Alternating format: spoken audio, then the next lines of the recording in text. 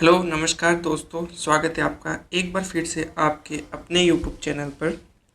आज का ये सेशन वीकली क्लास जो 6 अक्टूबर से लेकर 12 अक्टूबर तक जितना भी कंटेंट है उसको हम एक वीडियो में पढ़ेंगे।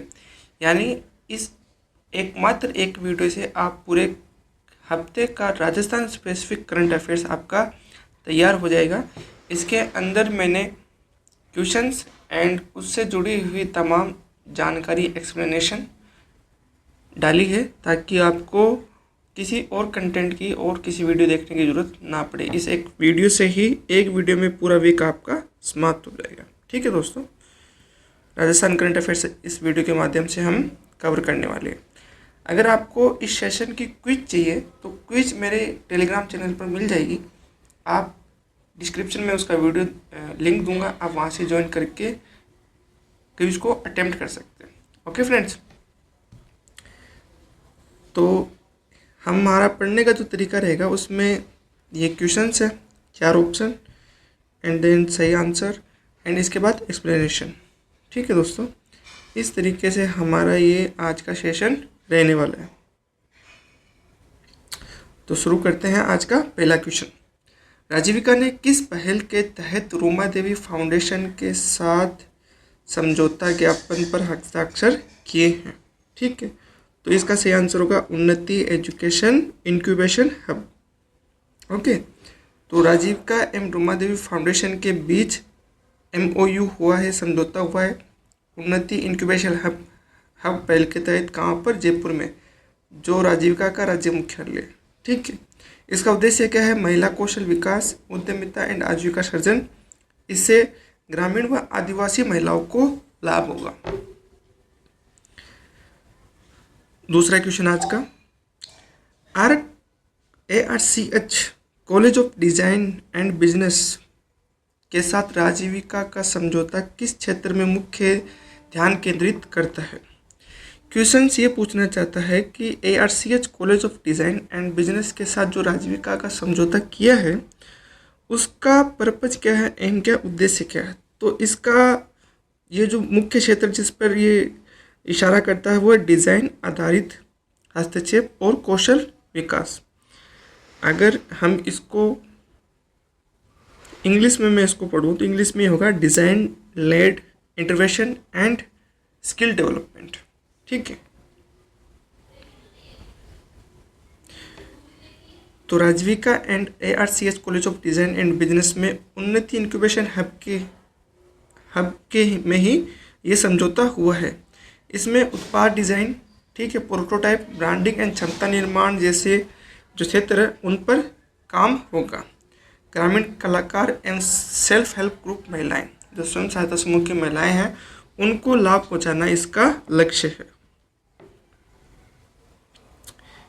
ICDS निदेशालय ने ICDS यानी इंटीग्रेटेड चाइल्ड डेवलपमेंट सर्विस ने ECCE कार्यक्रम यानी अर्ली चाइल्डहुड केयर एजुकेशन कार्यक्रम के सुदृढ़ीकरण के लिए कितने गैर सरकारी संस्थाओं के साथ समझौता किया है? तो ये क्या है? 3 संस्थाओं के साथ। ठीक है, ICDS जिसको बोलेंगे समेकित बाल विकास सेवाएं, इंग्लिश में बोलेंगे इसको इंटीग्रेटेड चाइल्ड डेवलपमेंट सर्विस। इसका एक कार्यक्रम है ECCE जिसको प्रारंभिक बाल्यावस्था देखभाल शिक्षा हिंदी में बोलेंगे, इंग्लिश में बोलेंगे इसको अर्ली चाइल्डहुड केयर एजुकेशन। 3 संस्थाओं के साथ MOU किया है। कौन सी संस्थाएं?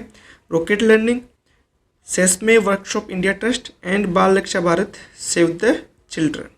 ठीक है, 3 संस्थाओं के साथ इन्होंने ये करा है। अब तीनों कौन कौन सी ये देख लेते हैं अपन। रॉकेट लर्निंग संस्था है, ये पूरे राज्य में काम करेगी। इसका क्या काम रहेगा? 3 से 6 वर्ष के बच्चों के अभिभावकों एवं आंगनवाड़ी कार्यकर्ताओं को डिजिटल मीडिया समूह के माध्यम से डिजिटल ECC गतिविधियों में भेजना। आंगनवाड़ी कार्यकर्ताओं को खेल आधारित शिक्षण व शिक्षण प्रबंधन पर प्रशिक्षण प्रदान करना।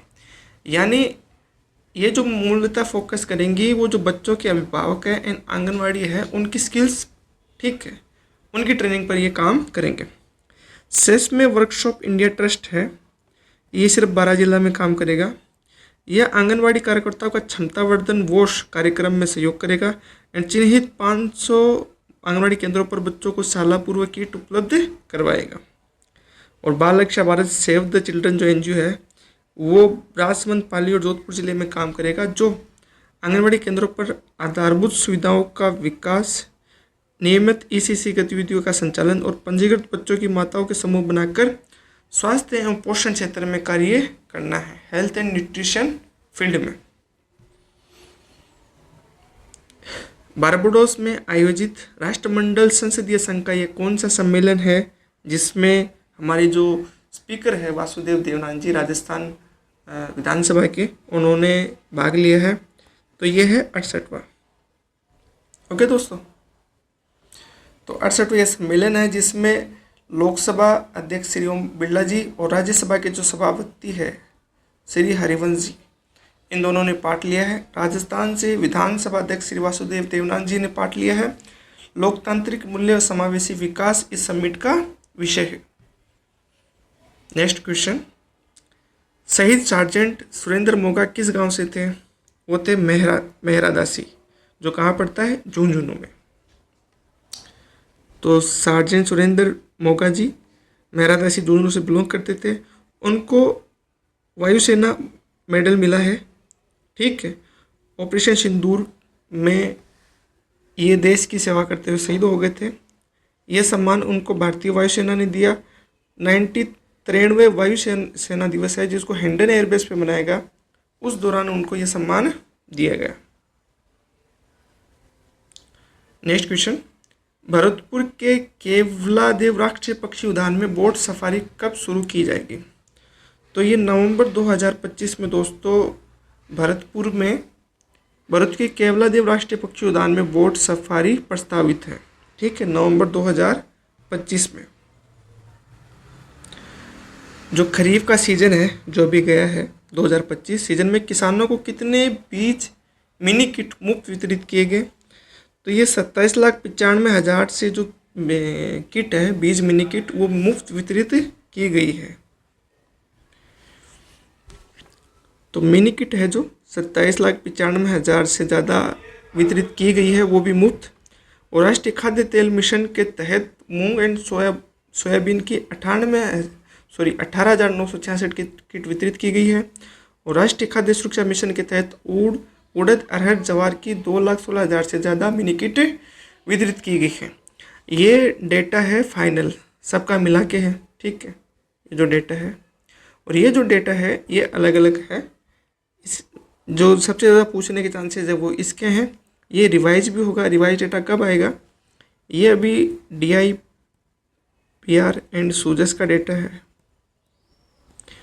जो ये इसका रिवाइज डेटा जो नेक्स्ट इकोनॉमिक सर्वे है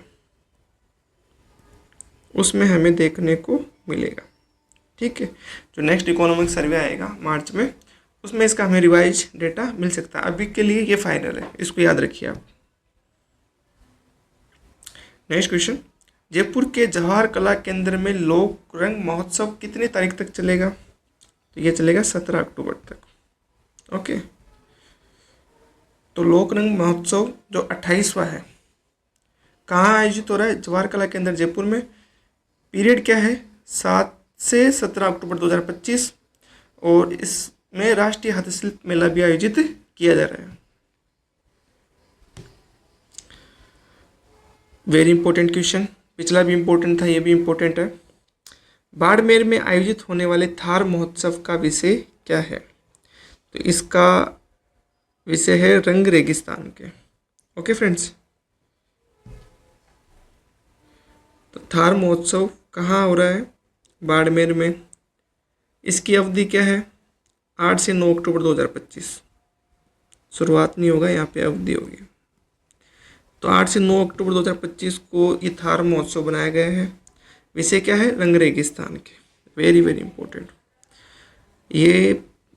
ये भी इम्पोर्टेंट है, कहाँ आयोजित हुआ, इसका पीरियड भी इम्पोर्टेंट है एंड सब्जेक्ट है वो ये भी इम्पोर्टेंट है। चूँकि दोस्तों क्वेश्चंस भी दे रहा हूँ मैं आपको अच्छे से बना के, एंड टेबल भी दे रहा हूँ, तो ये आपके लिए काफ़ी इजी हो जाएगा, ठीक है। आपको याद करना, रिवाइज करना काफ़ी इजी हो जाएगा इससे। मुख्यमंत्री भजनलाल शर्मा द्वारा सूरत में प्रवासी राजस्थान मीट का आयोजन किस लिए किया जा रहा है? क्योंकि उन्होंने जो राजस्थान प्रवासी दिवस मनाया जाएगा इस बार, कब? 10 दिसंबर को। उससे पहले गवर्नमेंट ने डिसाइड किया है कि वो 3 प्रवासी समिट ऑर्गेनाइज करेंगे। उनका उद्देश्य क्या है? उद्देश्य है उनका राजस्थान में निवेश आकर्षित करने व प्रवासी दिवस में भागीदारी बढ़ाने के लिए। प्रवासी दिवस कब बनाया जाएगा? राजस्थान प्रवासी दिवस वो बनाया जाएगा 10 दिसंबर को। ओके, तो सूरत गुजरात में ये बनाएगा। सेकंड था, फर्स्ट कहाँ था? हैदराबाद में। कब बनाएगा? 9 अक्टूबर 2025 को। किसकी उपस्थिति में? मुख्यमंत्री भजनलाल जी शर्मा की उपस्थिति में। पर्पस निवेश आकर्षण एंड प्रवासी दिवस में भागीदारी सुनिश्चित करना। Pharma, textile, ceramics and petrochemical से जुड़े उद्योगों को टारगेट किया जा रहा है ताकि उनको राजस्थान में लाया जा सके। एंड जो सहयोग करा इसमें CII ने सहयोग करा। Okay friends,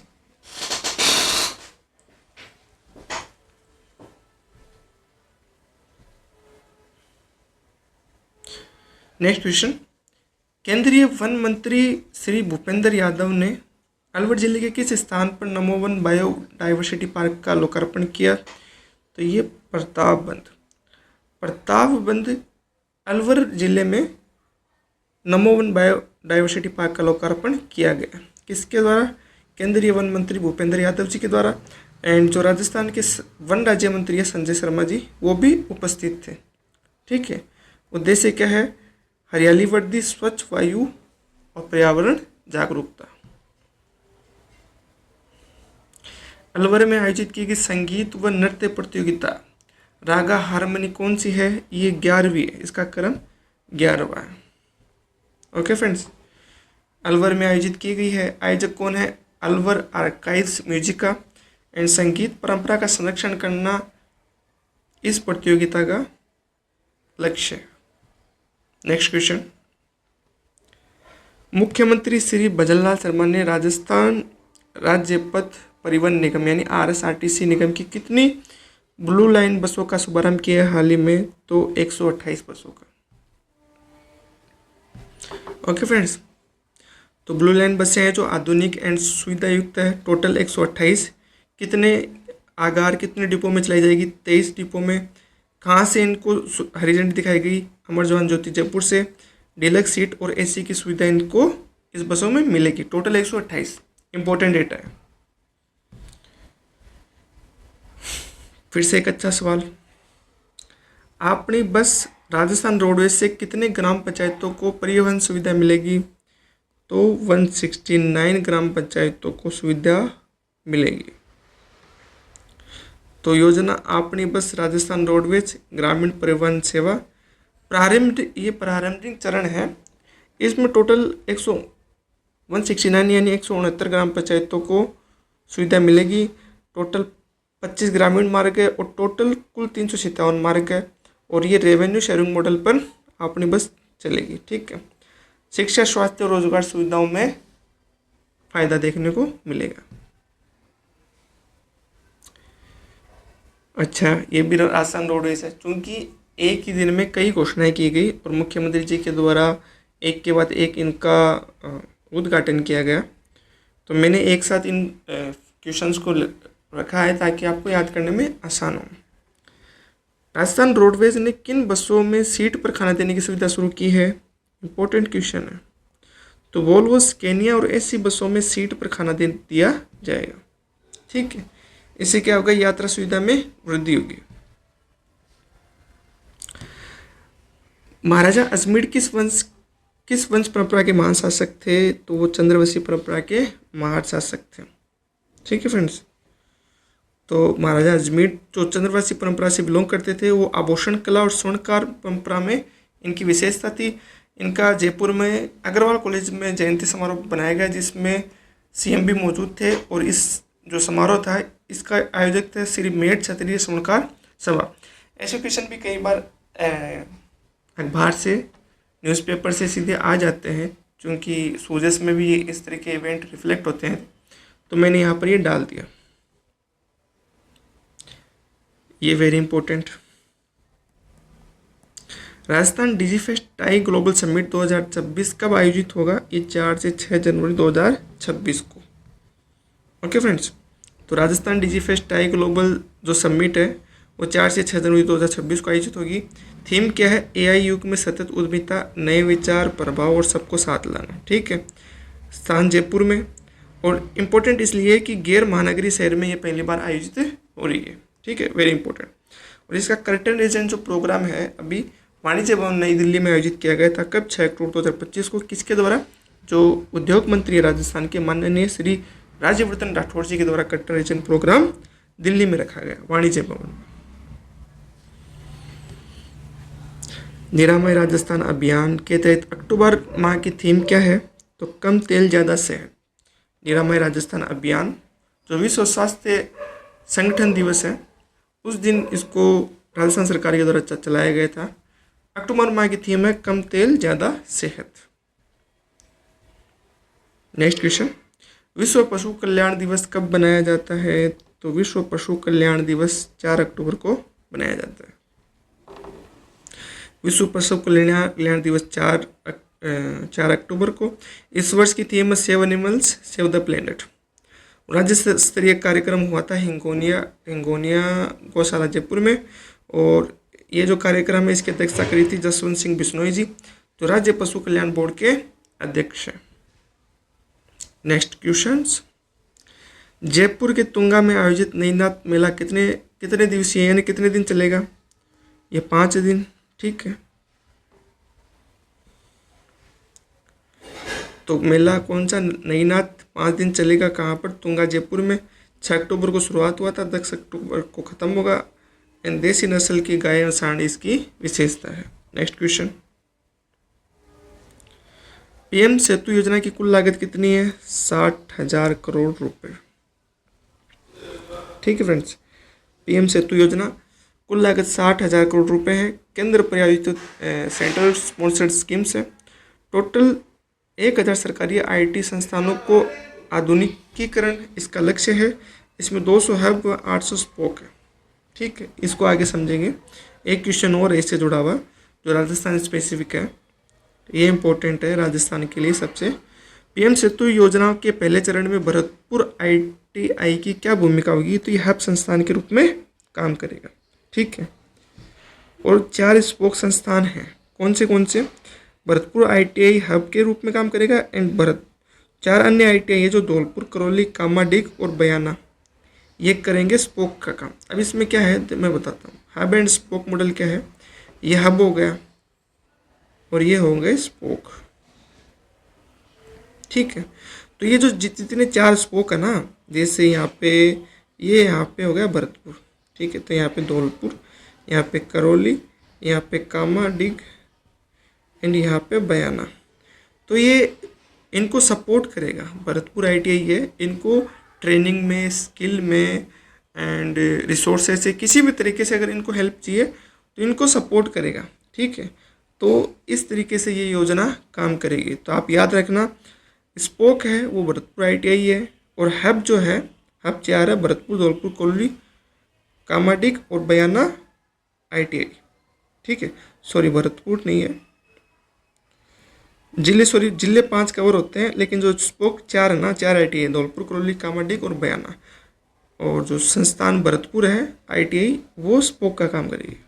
next question, Rajasthan सरकार द्वारा किसानों की क्षमता वृद्धि के लिए नॉलेज इन्हांसमेंट प्रोग्राम के प्रथम चरण में कितने किसानों को विदेश भेजा जा रहा है? तो टोटल 38 किसानों को सरकार ने 2024-25 के बजट में नॉलेज इन्हांसमेंट प्रोग्राम, ठीक है, इसकी घोषणा की थी। तो पहला चरण डेनमार्क जाएगा 38 किसान पहले चरण में, और कुल 100 प्रगतिशील युवा कृषकों को विदेश भेजना है। और इस जो ये दल जा रहा है, इसका जो लक्ष्य है, जो प्रतिनिधिमंडल का नेता है वो श्री किरोड़ीलाल जी मीणा है, जो राजस्थान के कृषि मंत्री भी है। राजस्थान आयुर्विज्ञान संस्थान, Rajasthan institute of medical science की स्थापना के लिए राजस्थान सरकार ने किस संस्थान के साथ एमओयू किया है? तो एम्स दिल्ली के साथ, all India institute of medical science के साथ इन्होंने एमओयू करा है रिम्स जयपुर की स्थापना एवं संचालन के लिए। अग्निशमन सेवाओं के आधुनिकीकरण के लिए राजस्थान को एनडीआरएफ से कितनी राशि स्वीकृत की गई है? तो राजस्थान को मिले हैं 388.94 रुपये केंद्रीय गृह मंत्रालय के द्वारा। ठीक है, तो टोटल 903.67 करोड़ रुपए मिले हैं 3 स्टेट को। किस लिए? अग्निशमन सेवाओं का विस्तार व आधुनिकीकरण। क्योंकि हमें पता है अभी SMS सवाई मानसिंह जो अस्पताल है उसके ट्रॉमा सेंटर में एक बहुत ही बड़ी त्रासदी, बहुत ही दुखद घटना हुई। ठीक है, उसके मद्देनज़र राजस्थान, मध्य प्रदेश और हरियाणा तीनों को मिलाकर 903.67 करोड़ रुपए मिले और राजस्थान को मिले 388.94 करोड़ रुपए। ओके फ्रेंड्स, एंड प्रधानमंत्री ने 25 सितंबर 2025 को बांसवाड़ा में कुल कितनी लागत की विकास परियोजनाओं का शिलान्यास और उद्घाटन किया? वेरी इंपॉर्टेंट, 1,22,100 करोड़ रुपए। ठीक है, सीधा क्वेश्चन में पूछा जा सकता है।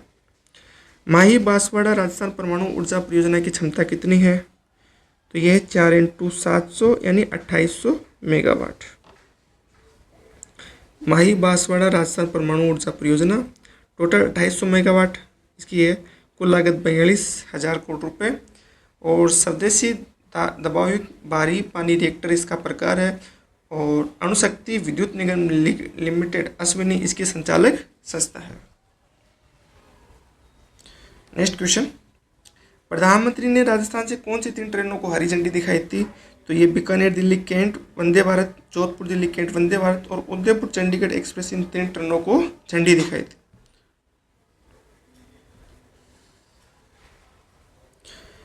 जयपुर जिले में राजस्थान की पहली प्लास्टिक कचरा प्रबंधन इकाई किस ग्राम पंचायत में स्थापित की गई है? तो ये ग्राम पंचायत नायन में राजस्थान की पहली प्लास्टिक कचरा प्रबंधन इकाई स्थापित की गई है। नेक्स्ट क्वेश्चन, वित्तीय वर्ष 2024-25 में राजस्थान के निर्यात में कितने प्रतिशत की वृद्धि दर्ज की गई है? तो यह है 16% से अधिक। ठीक है,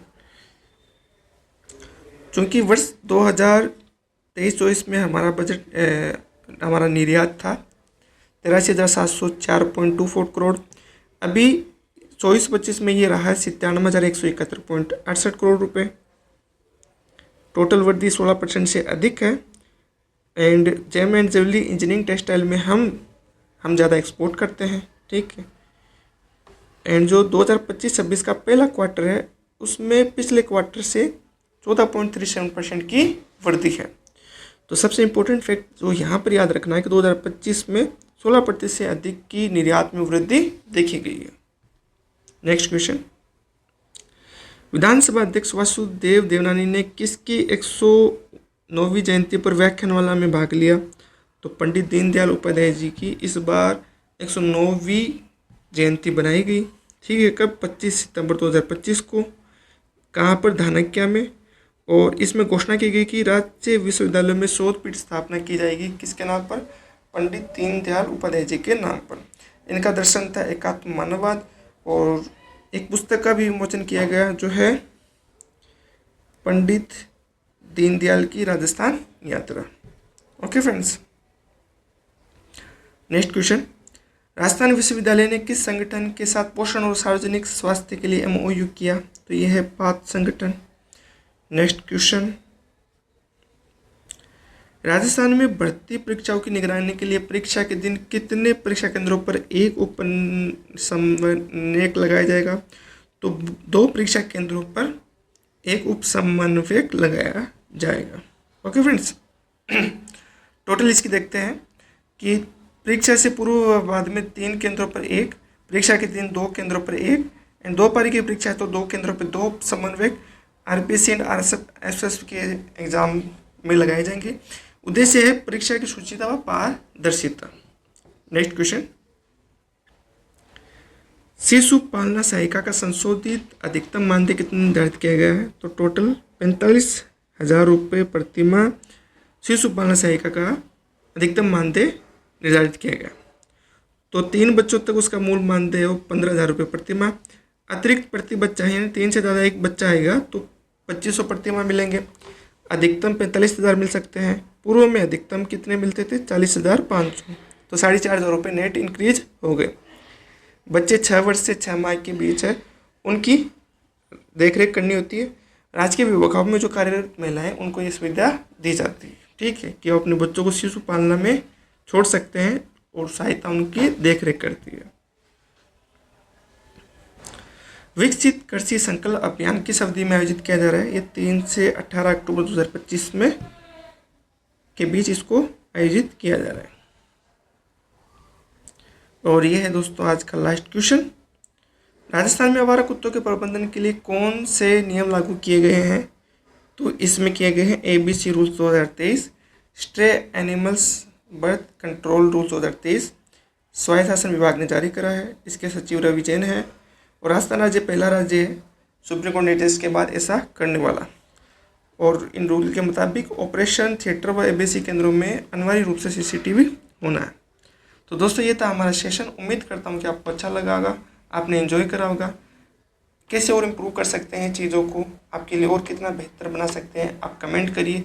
नया चैनल है, सपोर्ट करिए, ज़्यादा से ज़्यादा लाइक करें, सब्सक्राइब करें। ठीक है फ्रेंड्स।